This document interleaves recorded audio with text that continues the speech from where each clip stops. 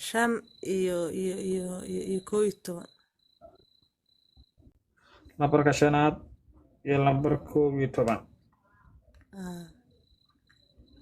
waa ka xumaa walaashay labada lambarna wuxuu ku jiraa waan kaaga mahadcelinayaa inaad ka soo qayb gashay 6 iyo 12 6 iyo 12 6 iyo 12 waa ka xumaa walaashay labada lambarna wuxuu ku jiraa waan kaaga mahadcelinayaa inaad ka soo qayb gashay 7 ilaa 9. lambarka 9aad iyo lambarka 7aad waa ka xumaa walaashay labada waxaan noqotay guuleysta dhammaystiran ayaa la doonayay lambar 7 meesha ka aadan wuxuu ku jiray lambar 13 labadaas lambar inaad haleeshay ayaa doonayay adiguna markaad 7 aad aaday waana kaaga 15